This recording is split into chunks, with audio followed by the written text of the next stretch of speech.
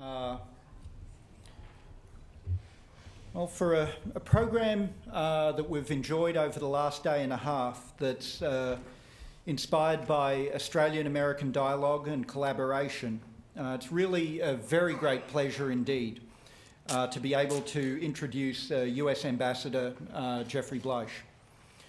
Before arriving in Canberra, Ambassador Bleich had a distinguished career in law, clerking for US Chief Justice William Rehnquist, working with the Clinton administration on problems of youth violence and violence prevention, both themes very close to our program over the last few days.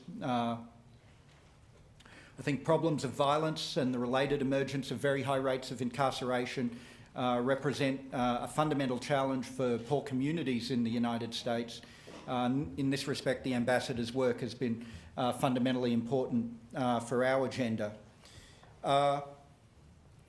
More generally, I think we on the American side may have a lot to learn from the Australian experience, where social and economic opportunities are less limited by violence and criminal justice is less punitive. Ambassador, thank you so much for joining us today and helping us develop this important Australian-American conversation. So if I could ask you to step up and share your remarks with us. Thank you.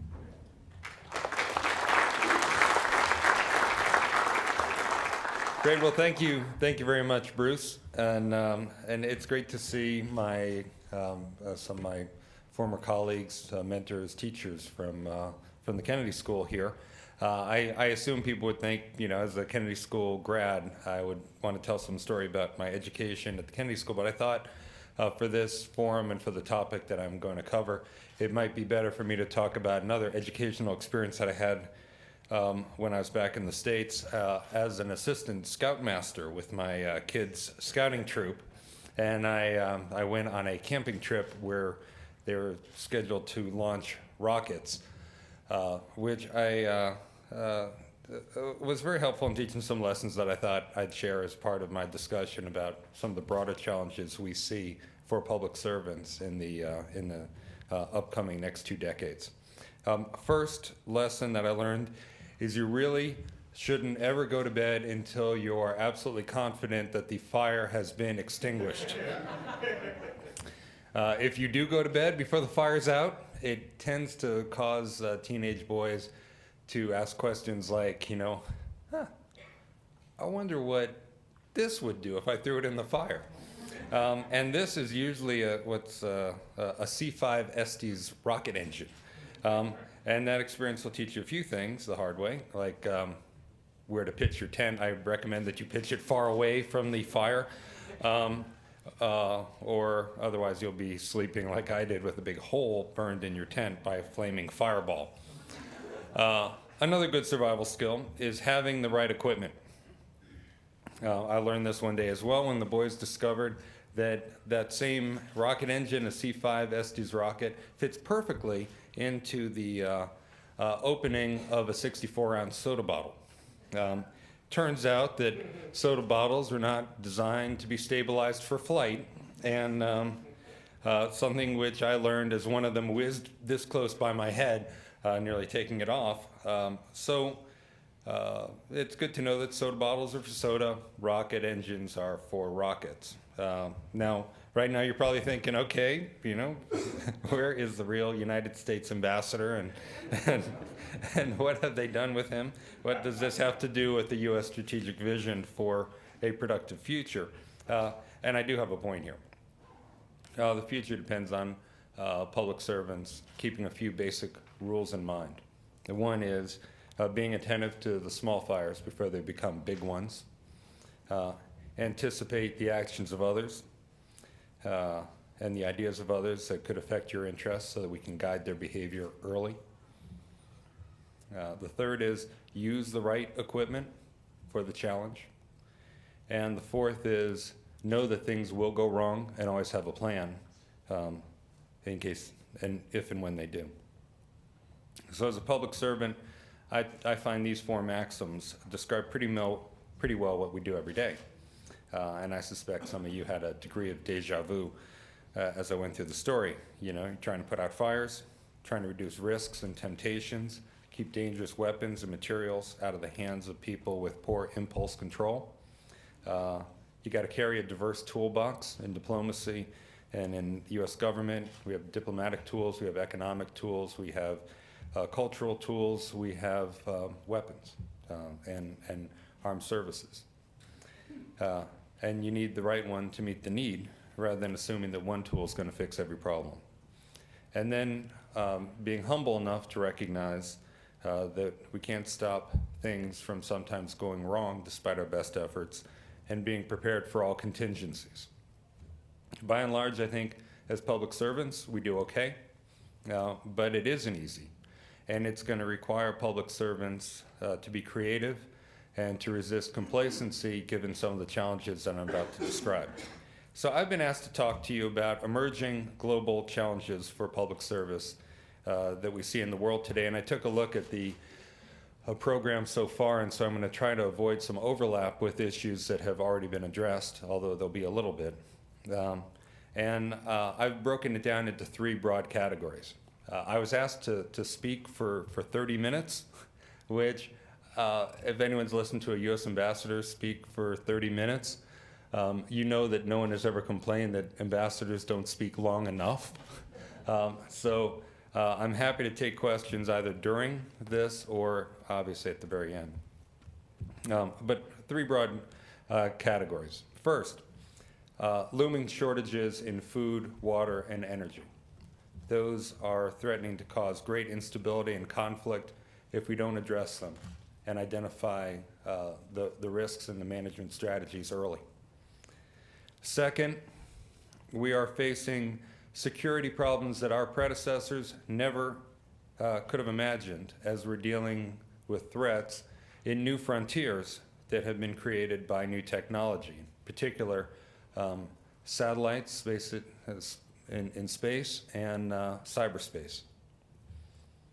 And then finally, we are faced with figuring out how to make good policy and reach our publics in democracies in a time when information overload is plaguing democracies, and the public is often more confused by the proliferating data than they are enlightened by it.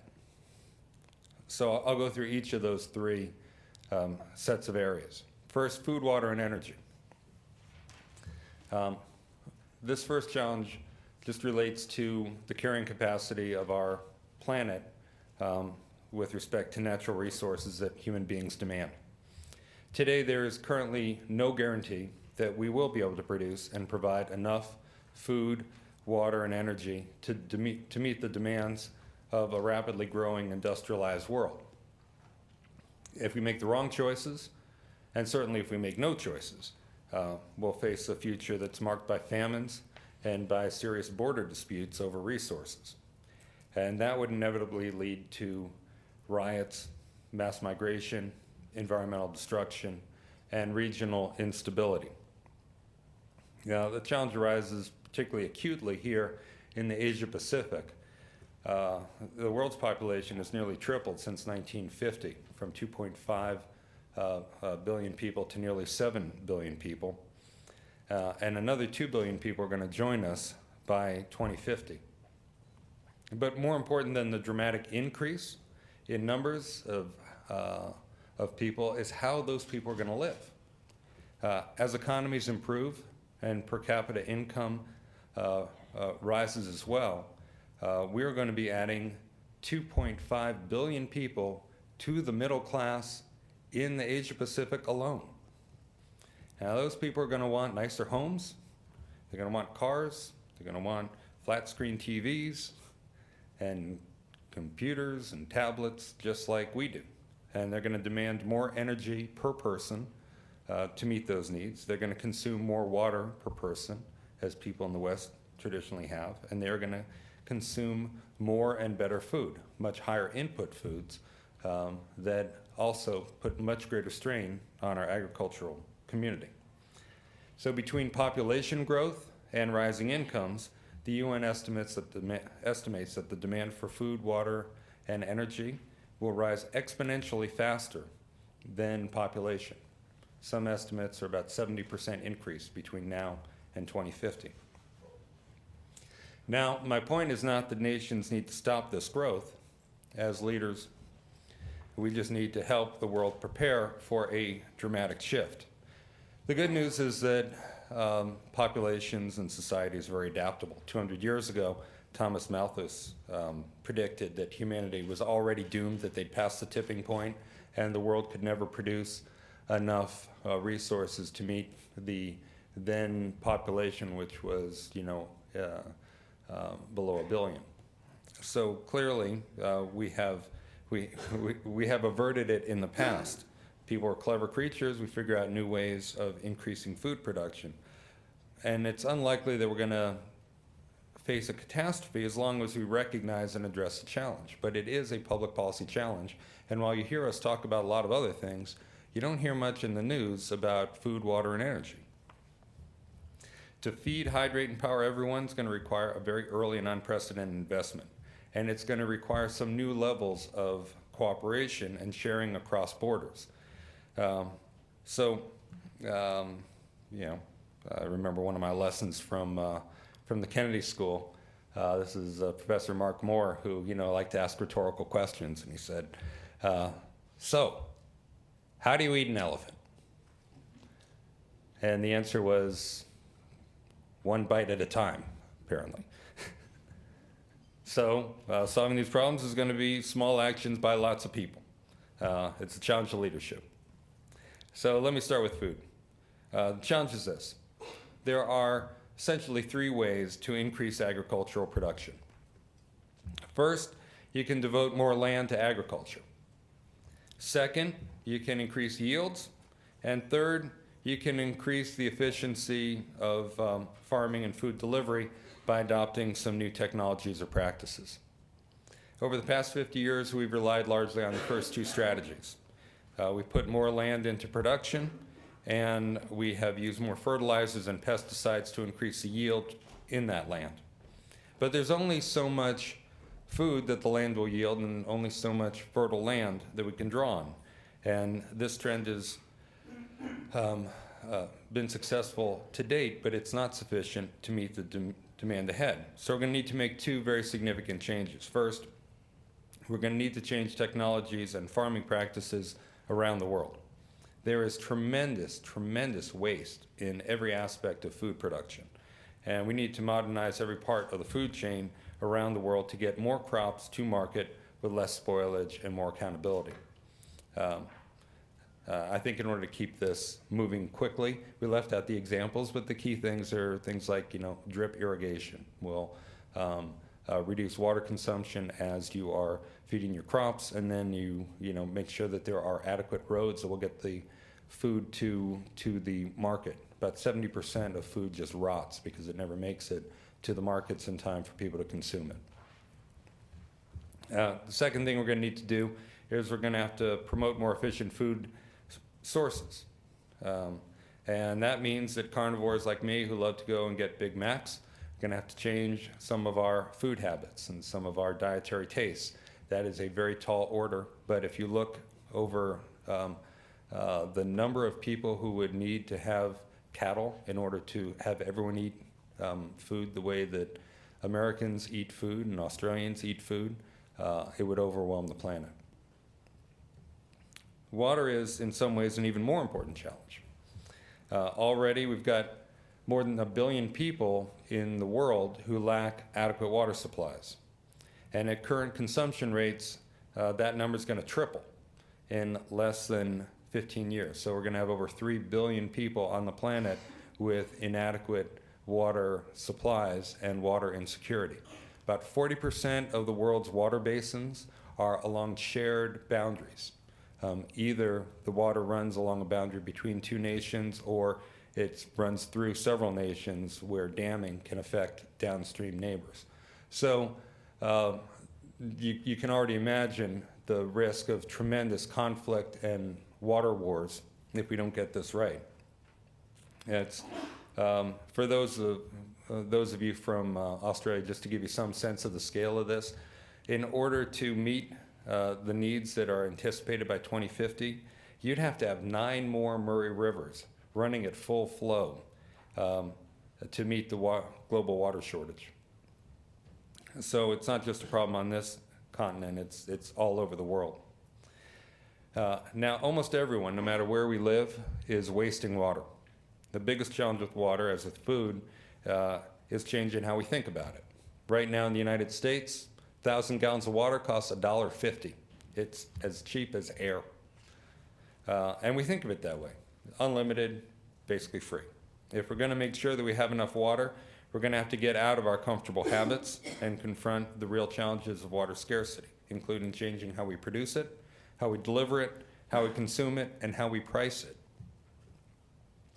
Now, all over the world, there are divisive politics and bad policies that have prevented efficient, equitable use of water.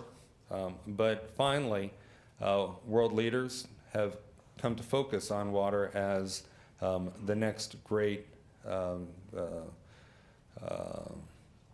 liquid challenge after we have focused on gasoline for all these years.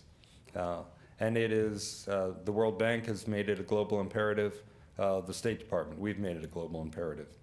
Today, 23% of the world's population, more than 1.6 billion people, have no electricity. And if they don't have electricity, they're going to be unable to access water because of the technologies that are going to be available for desalination to create water sources, or through reverse osmosis, and then to pump it out to them. So we're looking at a massive confluence of water, food, and energy, challenging people in the most stressed environments. Now, let me just say a word about electricity. As I said, you got 1.6 billion people without electricity. They're going to need it to achieve any kind of sustainable development. You just won't be able to compete in this world without electricity. We also know that we can't keep producing electricity the way we've been producing it. No one knows this better than Australians, who have been experiencing an unprecedented boom based upon sales of brown coal and coking coal and iron ore and other commodities. There's huge demand for oil, huge demand for coal, and those are unsustainable technologies. Now, whenever you talk about energy, it's always a contentious topic because everyone has their preferred fuel source, and they don't want to hear about the other sources. So, you know, I get this all the time. I'm at receptions, and people are like, you know, Australia should be all nuclear. You need to tell us that, you know, or Australia should be all biofuel. We could power the entire country on blue-green algae, you know. So, and the debate too often stagnates because everyone wants a, you know, their preferred solution. It's not going to be that way. It's going to be a big menu, and no, and virtually everything will be in the mix, including oil and coal. But oil and coal are going to drop off dramatically over the next 30 years. Natural gas will increase and take up a lot of that as a transitional technology, but sustainable energy sources will be the long-term way of getting us through this huge population and wealth increase. Let me just go through why that's true. First, obviously, oil and coal are finite. There's only a limited amount in the ground, and ultimately they're going to be exhausted. And we can't have a system where all of our transportation systems, our cars, trucks, airplanes, ships, run on this particular kind of fuel, and all of our stationary power sources run on coal, which is the current system that we have. And so we know we have to invest in known alternatives. Second, being dependent on oil makes nations like the US and Australia particularly vulnerable, to the extent that we can use our own energy sources, sources like wind, solar, hydro, biofuels, rather than oil. It makes us less dependent on other nations that may not have our best interests at heart. And it gives us much more flexibility in our political dealings. Third, our current energy supplies are hurting our health and environment. compared to alternatives. Again, don't want to tread into particularly sensitive areas, but the U.S. position is clear. Climate change is real, and our massive carbon emissions are a major part of that problem. But the risk comes from more than just excess carbon emissions. It comes from other byproducts like sulfur dioxides and nitrogen dioxide and lead and soot and the other particulates. You know, you just go to Mexico City or go to Beijing and you can feel this in your lungs, that this is not a sustainable approach to energy production. So leadership's going to require us to confront these facts and to use less oil and coal and much more of the other energy sources that are available to us. And on that topic, where it's too easy simply to criticize rather than act, public servants have got to get it right. The one thing we can't do, again, is to do nothing. So we've got to understand that the old systems for producing food, water, and energy that have served us so well are not going to be sufficient going into the future. Solutions are out there. And so going back to my camping trip analogy, we've got to recognize the danger now before it's too late, and we've got to refocus on finding the right equipment, which we currently know about, but we haven't developed adequately. Second set of issues, cybersecurity, satellites.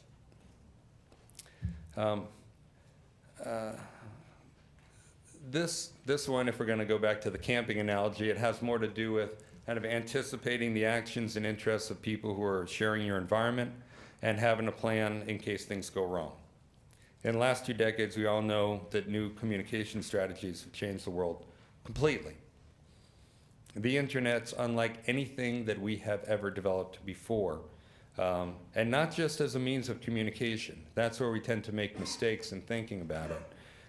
It is a new world with classrooms, with shops, with movie theaters, and with criminals, and with bullies, and with police, and with regulators, all existing in this space at network speed.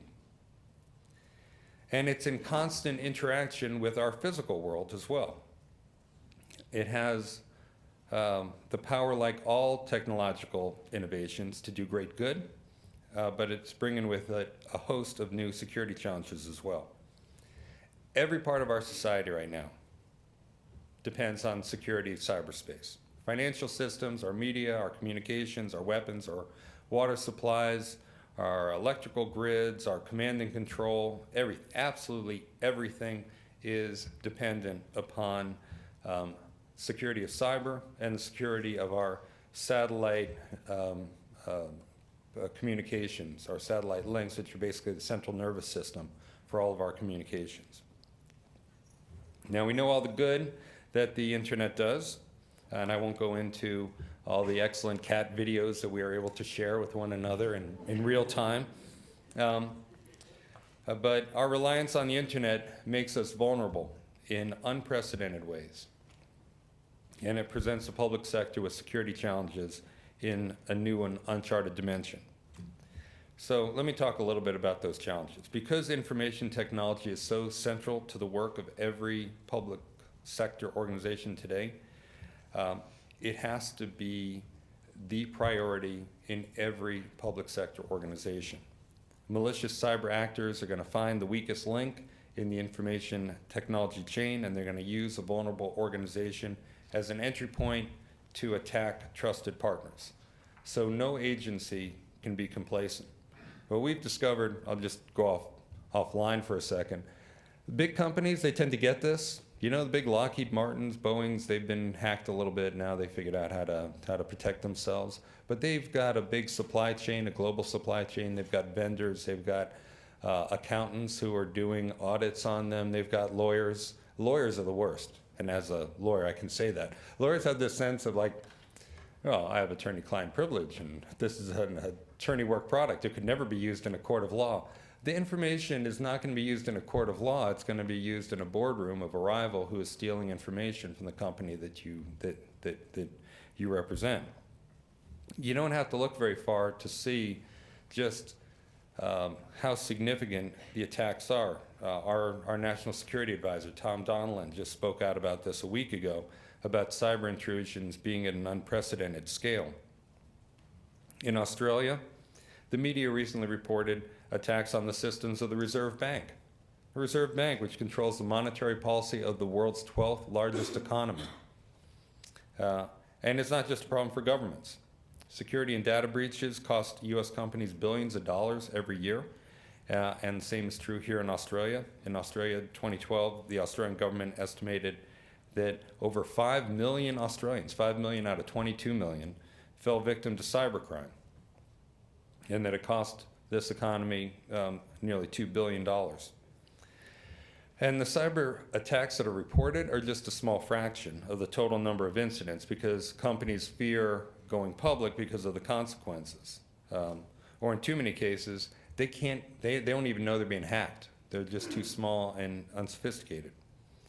So we are focused as a public service, as a country with our allies on we've always been protecting our land, sea, skies. We have to protect cyber in the same way with an equally vigorous defense. And so we're establishing cyber commands and making the sort of investments that you make in military forces in order to protect our cyberspace.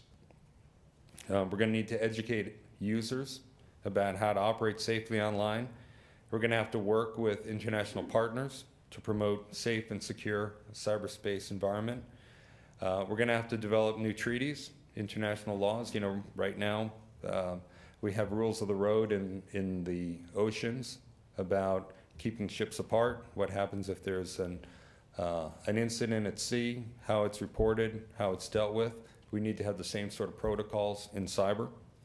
And at the same time that we're doing all this, we need to keep cyberspace open, because the internet has been a tremendous opportunity for us to learn more about our world and to communicate and to take advantage of all the opportunities of globalization. So we have been restructuring our government. Australia is restructuring its government. It has a new Australian Cybersecurity Center.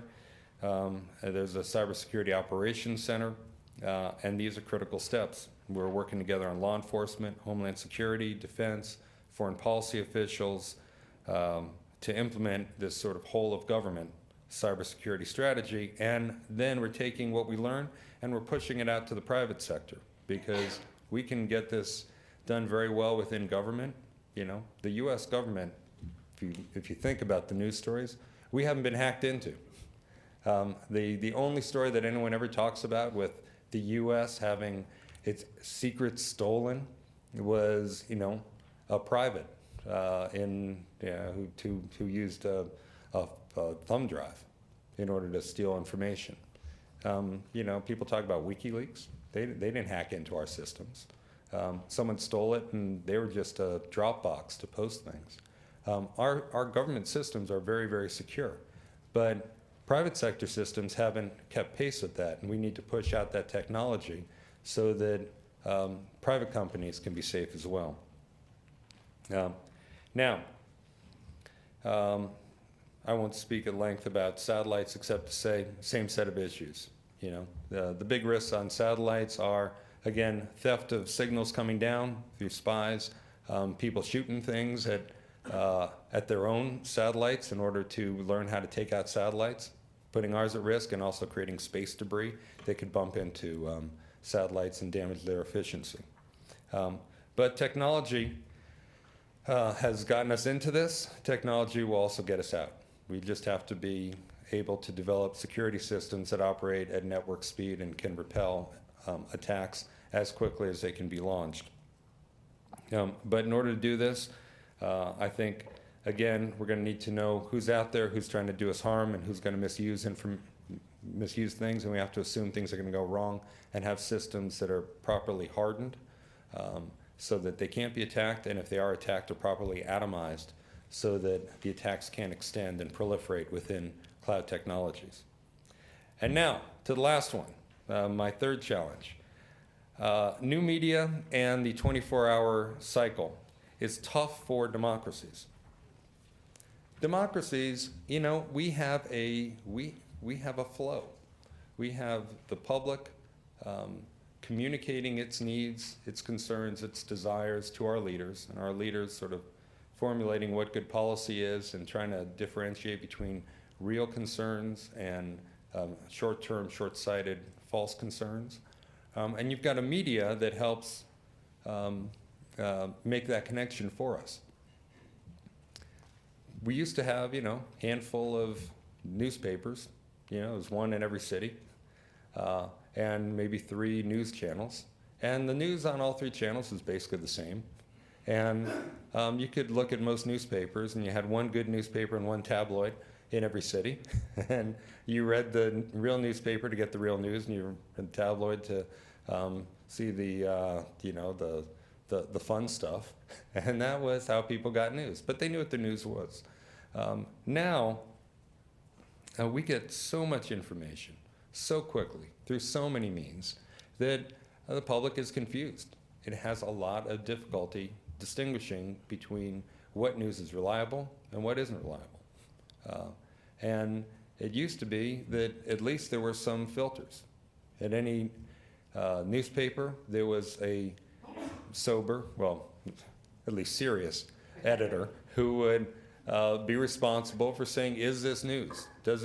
Will it be on our, will we put it up on our newspaper? Will it, have we adequately checked the sources? Will we be embarrassed later if it's not true? Will we lose sponsors if we fail to do this? Will we potentially undermine critical sources by virtue of how we run this story? There are a whole bunch of questions that had to be asked. Now, anyone can just put up a website and put anything out there. It's not evaluated, it's not filtered, and people tend to find news that sort of comports with their existing worldview, and they just want someone to tell them that they're right. And so they're not getting real facts. They're getting they're getting a version of the world that makes them feel that they're right to be whatever they are, angry or frightened or complacent, which is a hard way to develop a good understanding of public's true interest. The polls reflect misinformation that they already have and biases that have been embedded. And then you've got political figures reacting to that. So let me give you one quick example of just how pernicious this is. The president, for years, was dogged by the notion that he wasn't born in the United States. It was debunked every possible way that you could debunk it. They found his birth certificate. Then they got the long version of the birth certificate. They got carbon dating of the ink on the birth certificate to prove that it was really from 1961 and hadn't been created after the fact. There was, the news article in the Hawaii newspapers of his birth. Still, 38% of Americans pretty sure he wasn't born in the United States. That's the power of misinformation flowing through the internet.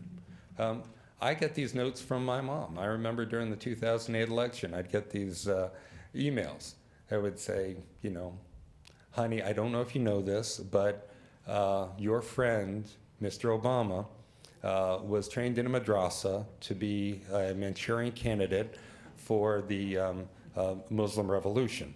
And, I'd say, well, dear mom, if that were really true, it might have made it into one of the, handful of respectable news organizations. You don't see it there. You see it in emails from anonymous friends. I had an experience about this recently with Bob Gates. He and I are coming back from, this is when he was Secretary of Defense. We were coming back from Osman here in Melbourne. We were driving to the airport. We were both busily checking our BlackBerries to see what we'd missed during the meeting. And he goes, get a load of this. And he had gotten a note from his nephew. He was asking him why he had put 40% of the U.S. Navy in the Indian Ocean in order to protect the president during the president's then visit to India. And he said, okay, he's my nephew. He's known me his entire life. He knows I would never send 40% of our Navy to India to protect the president while he's visiting India. Now, of course, he couldn't come out and say where our ships are, because we never do that. So Fox News, to some extent, was putting that story out there with impunity. And the way Fox News ran it was, it has been reported in several blogs today, and the number kept going up as the blogs kept raising the number. In some ways, it's funny. In other ways, no one gets the retraction from the Pentagon, which is given by some sober-minded person who's standing by a podium. That's when you put the mute on and talk to your friend. No one gets that. So all they have in their head is a false story that, do you remember 2 years ago when Obama demanded that 40% of the Navy go to the Indian Ocean just to make him feel safe when he was visiting India? That makes it difficult for leaders to lead, because they are trying to lead in an area of pernicious misinformation. I think getting truthful information is going to be harder for other reasons. Once information is stolen, like what happened with WikiLeaks,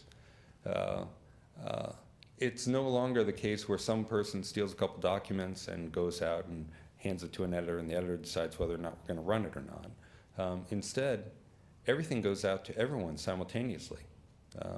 In an unfiltered, raw form, which informs people who have your worst interests at heart, don't have any context for it.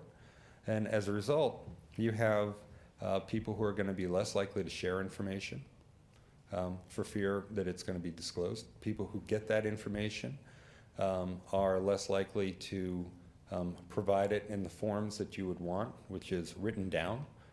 So there's no mistake about what the information is, so that if later on you had made a wrong turn, you can go back and figure out where you made the wrong turn. Those things now are going to be done by phone calls. They're going to be shared with fewer people. They're probably going to be misremembered later on, and you're going to have worse information for solving problems. So the combination of how the internet works, that it proliferates to everyone all the time, and that people are willing to indulge it because we don't yet have the filters in place that we need, present tremendous challenges for leadership. Now, I guess the answer, as I said, with cyber is, we do two things. One is people are adaptable. We probably had the exact same thing happen when the printing press was developed. And it just takes a little while for us to figure out who are the trusted sources of information, what sort of voluntary codes will they adopt, just as newspaper editors used to adopt voluntary codes. And eventually there'll be a massive winnowing down to a few reliable sources of information. But in the meantime, we've got some big issues to solve, and we're going to be solving it while we're going through this massive dislocation. And the other thing will be improving, our technology to make it easier to immediately fact-check information which is being shared. Now, my sense is that for governments, for public officials, we've got to acknowledge that the genie's out of the bottle. We can't just sit around complaining about how things are. We've got to be the ones who are innovating in order to make it more make it possible for us to be heard in the babble that is currently the internet. And so we're doing all the stuff that other people are doing. We've got Facebooks, and we've got Twitter, and we've got SMS, and we've got Flickr, and we've got YouTube, and the embassy's doing all those things. And they've got pictures of me, playing with cats, and we put it in a video because we know that'll get people to look, and then we try and get some information out as well. But that's what public servants are going to have to do. We're going to have to understand this is where most people are getting their information, and if we ignore it, we put ourselves in a tremendous disadvantage. So, let me just sum up. We're challenged by water and food shortages, potential to dislocate millions of people. We're challenged to ensure that we can access the fuel supplies that power our nations and use fuels that don't do long-term damage to our economies or threaten our health or our existence. We're challenged by the fact that terrorists and the tools of terrorism and actors and non-state actors can circle the planet at network speed and do tremendous damage in the blink of an eye. We're challenged by the fact that it's sometimes difficult to distinguish between news and news. And we are challenged to respond to a 24-hour news cycle that demands that public servants deal with all these things, usually with virtually no information on the fly, or else we will be ignored because we're not giving people a quick enough response as issues crop up. It is a daunting set of challenges. And the issue, and so the reason I went back to a fairly simple description of a camping trip with teenage boys is that when you get that complex a set of challenges, ultimately go back to a few simple principles, and those are principles of leadership. Solutions are what John Curtin, used to be the Prime Minister here, said. It is to cast bright lights on an otherwise darkened highway. We don't know the solutions to all these yet, but public servants are going to be responsible for casting the light. So let's hope that we have the courage and conviction to pay attention to the small fires now, to use the right equipment, to anticipate the abuses and the abusers, and to prepare plans for any contingency. Thank you.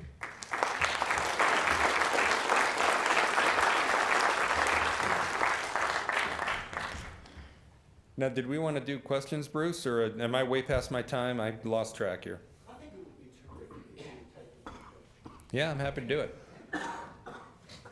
Yes. Terry Henderson, excuse me, Terry Henderson, I'm unaffiliated, which is a polite way of saying I'm retired. Other way around. I'm technological illiterate. I'll start over again. Terry Henderson, I'm unaffiliated, which is a polite way of saying I'm retired. I was born and educated in the United States, but I spent most of my working life in the Australian public service. One lesson I learned was it's great to come up with good ideas. They seem self-evident. Just do it. And that's the absolute best way to get something to fall down. Because you need the politicians to sell it. Now, you're talking about something that's extremely complex. What actually are the prospects to get politicians selling the solutions so that people are on side rather than coming up with birth certificates and Yeah. all those problems? Well, I think climate change is a good object lesson. For years, people had been talking about the increased carbon in our environment and whether it appeared to be first forestalling. At first, it seemed good. There had been predictions that we were moving towards another ice age based upon sort of historical patterns, and it seemed to be forestalling that. But then it started going further, and the scientists started to get anxious that perhaps we were going too far, and we're going to have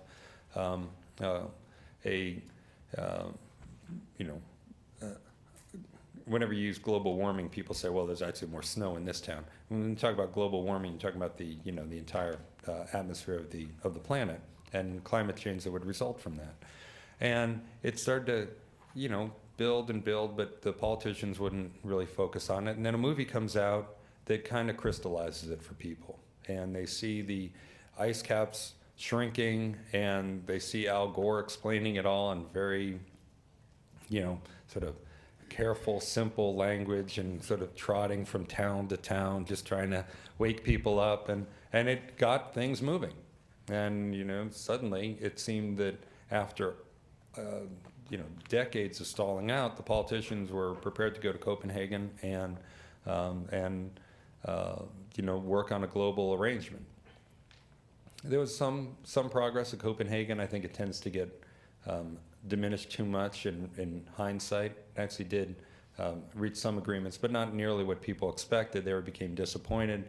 Sort of the people who had a vested interest in not moving too quickly on climate change, they rallied their forces, they responded, things seemed to balkanize, public moved on to the next issue, people worried that politicians would lose focus.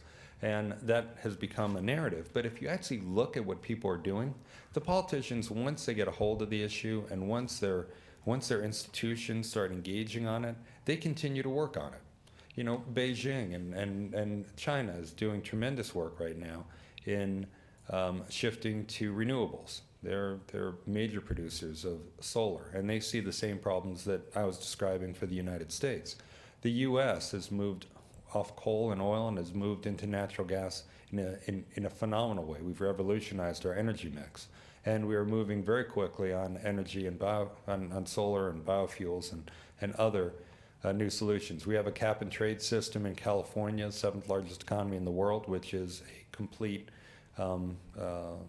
emissions trading system for California, and 30 of the 50 states have their own schemes, and we've got new regulations from EPA, and the tri-state area in New York has a trading scheme for all of its stationary power plants. So things are happening. They just aren't happening exactly as the policy analysts would have said was the most efficient or appropriate way to do it. But once they get it up to that political level, you hit a tipping point and things start to happen. And eventually, we'll find the way to do it most efficiently and effectively, but it won't be right off the bat. We won't get it right the first time. I think the same thing is going to happen with food, water, and energy. I think the same is going to happen with cyber. And it may take, you know, some massive event occurring in cyberspace to really wake everyone up, but it will happen. And I think, as I said, with the news cycle, we will react to it just as people reacted to the printing press and the radio and other disruptive technologies that for a while made it difficult to operate a democracy. Yes? My name is Benita and I work in a Commonwealth agency. We've touched fairly gently on the role that values play in influencing policy, and I think, call me Pollyanna, but I think that most people in our society, and including in our public sector, have really good values and probably ones that are going to influence in a really positive way. For example, we heard about the new values of the APS, the public sector. What governance mechanisms do you think that we could put in place globally, regionally and locally to ensure that those values have a really strong influence on the way policy is developed in the future to affect those big issues you articulated? Yeah. No, I think the biggest challenges in terms of values for government will be ensuring integrity of court systems, so anti-corruption and transparency. You know, if you can have open dialogue, so an open internet, you can have transparency about what is actually happening there, both the science and the public response, the political response, and you can have real penalties for corruption. Those three values will take care of most other things. You know, I think a former Supreme Court Justice, Justice Brandeis, said that sunlight is the best disinfectant, and I think that's right. So openness is one of the key values that we need to advance, and anti-corruption legislation is really the critical vehicle for making transparency meaningful. Yes. My name is Michael Harris. I work at ABARES in DAF, which is our Federal Department of Agriculture, Fisheries and Forestry, so I'm really glad you brought up food on the agenda. We haven't really heard much about it. But one of the things we've heard a lot about in the last few days is issues of poverty, of maldistribution, of marginalisation. Let me bring those together. You've talked about food security going out into the future and providing enough food. One of the challenges is that cheap food is great because it feeds lots of people quite affordably. One of the disadvantages is it doesn't reflect the full cost of production, which you've mentioned around water and around resource use. Yeah. So we might expect to see food production in the future occurring at a higher price. Yeah. Okay, rising prices. Some of that's good. It means that meat, for example, as its price rises, we consume less of it. We use less water and divert less grains to it and so on. But we then have a micro-food security problem. We have a distribution problem. And I'm not sure that's been paid enough attention to. Do you have any comments on that? No, I think you've put your finger on the biggest issue. The wealthier countries in this region and the middle class, they're going to find a way to get the food they need, which is why they're going to be sucking away all the food, and they're going to be pushing up the prices to a level where other parts of this region won't be able to afford it. Which is why the point is that, unlike in past eras where we were anticipating food shortages or water shortages, and each country could sort of work it out on its own, here it's got to be a regional solution. There's no way to avoid tremendous unrest, strife, food wars, water wars, unless a number of countries are working together on a common set of principles and sharing arrangements to make sure that, to the extent that there have to be some, cross-border subsidies, there are, because otherwise, if you there are certain things that people will always fight about, and survival's one of them. If they're starving to death, they will fight. Yes. I'm Glenn Lowry from Brown University. I think you were my economics professor. You taught me economics, and yeah, that's great. I did, and I got extra credit, teaching credit, when I did it too. Yeah. So we get to blame you, Professor Lowry. That's great to see you. My question, Yes. Mr. Ambassador, is not very polite, however. Oh no, go right ahead. The United States government has arrogated to itself the prerogative to use drone technology across national borders to eliminate individuals whom it deems a threat to its security. Do you envision a future in which other governments and non-state actors who have command of such a technology might take similar actions? And what regimes of international legal restraint might you imagine ought to be put in place to regulate this kind of behavior? Yeah. Oh, look, it's a very good and important question. First, we have to make sure what is this Chatham House? Is this because they're Bruce? Is there media here? What is this? Okay, good. I'm happy to give a candid answer, but in some answers you want to avoid sound bites. So let me be very clear on this. The U.S., like any other country, has the right to defend itself.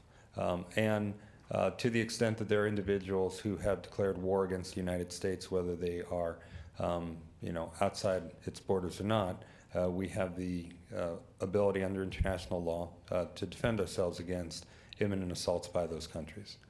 Everything the President has done so far has been consistent with international law principles. And so, for example, in a choice between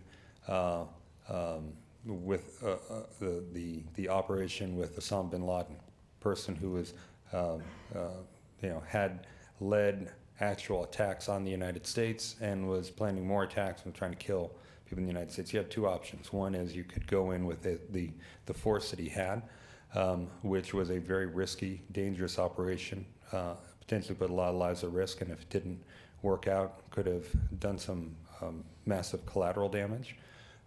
Or you could have used a surgical drone strike, which some people had advocated. But in doing so, you would have lost some valuable information, a number of nuanced choices that were made there.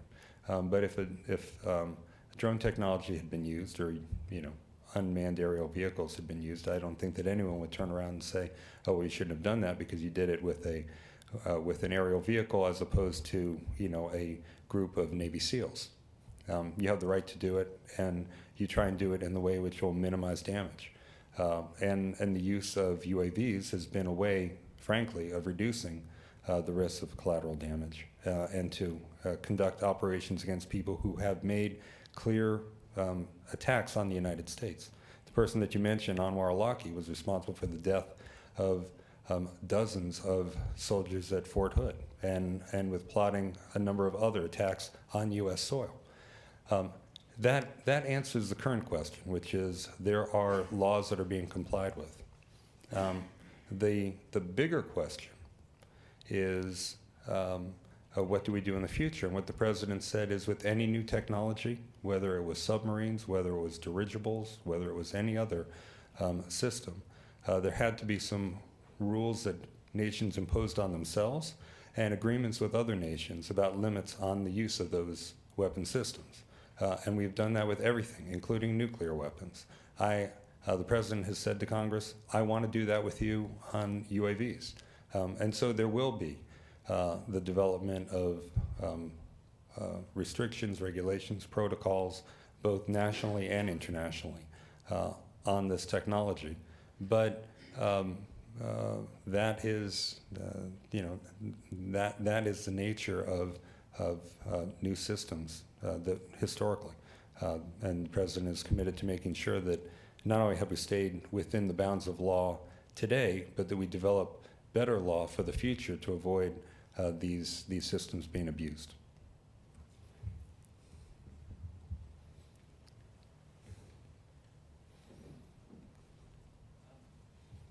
Is this on? Yep. Okay. My question, I think, was about the food security as well. I guess government and government policies is one side of the issue around food security. Another major risk to our food security is the increasing genetic control over our food sources by corporate entities. And I guess, I mean, it puts in place some requirements to have better public-private partnerships around some of those issues. Because we've got, the proliferation of GM crops that are, highly uncontrolled because pollen goes where pollen goes and it hybridises other plants and things like that. And so we're ending up in a position where we may not have control over what sort of food we've got and whether it is a sustainable food crop as well and whether we're not going to end up with crop failures.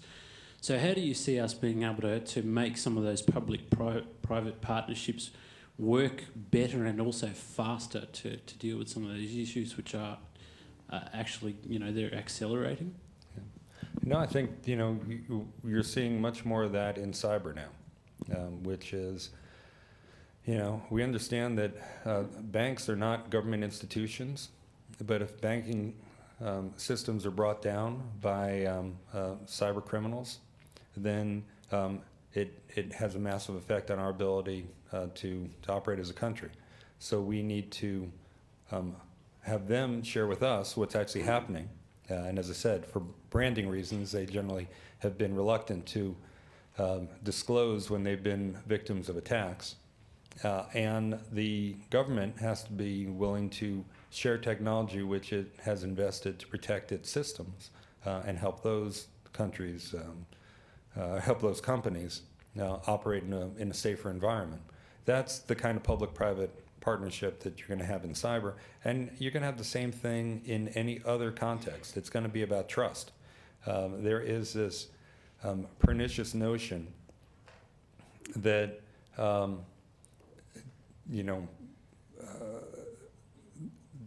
that government and the private sector are incompatible, that they're in constant competition with each other. And politicians on both sides get elected by saying, hey, I'm going to shrink government, I'm going to put everything to the private sector where people know how to do things properly. You can't trust government. They know it's not true, that the private sector couldn't operate without the environment that the government creates in which to do business. But we have so damaged the brand that some people have started to believe it. And they have made it difficult for public and private sector to talk to each other the way they need to, which is in a trusting environment, because you got to share information. You got to share information about, externalities of your activities. So there's going to be some environmental damage. You have to share information about whether or not your crops are somehow, impacting the crops across the street. There has to be some trust in being able to share information with government so government can help create a regulatory environment that protects you in the future and takes care of the broader public needs. That's the challenge. There's no, there is no one simple solution except trust.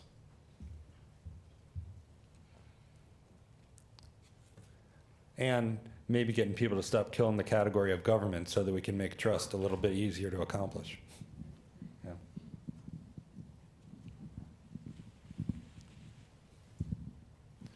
Tristan Metcalf. I'm from the Department of Finance and Deregulation.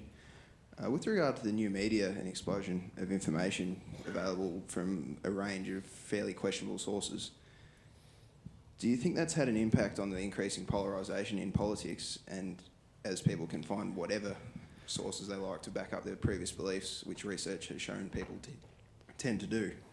And if it has, how can public policy work towards trying to counter that? Well, I think, again, there will be, in some ways the market is going to be the one that has to solve this problem. There is a market for reliable, credible information. There always has been, there always will be. People want to make decisions that are good ones long-term in their lives, and if you burn them a few too many times, they will move off of you and look for someone who's a more reliable source of information.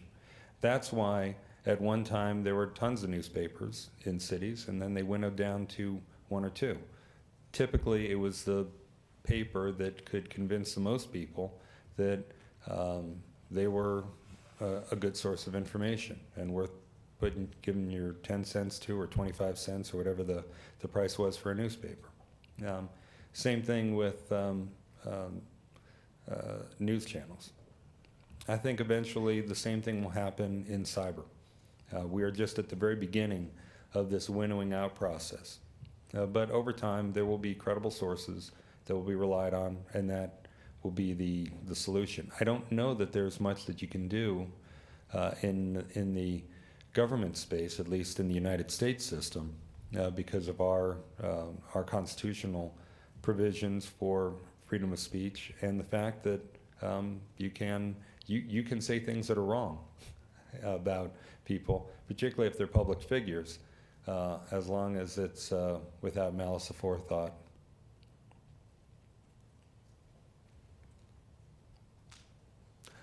Well, I have time for one more question. Is that what you want? Or Yeah, one more. okay, one last. Anyone?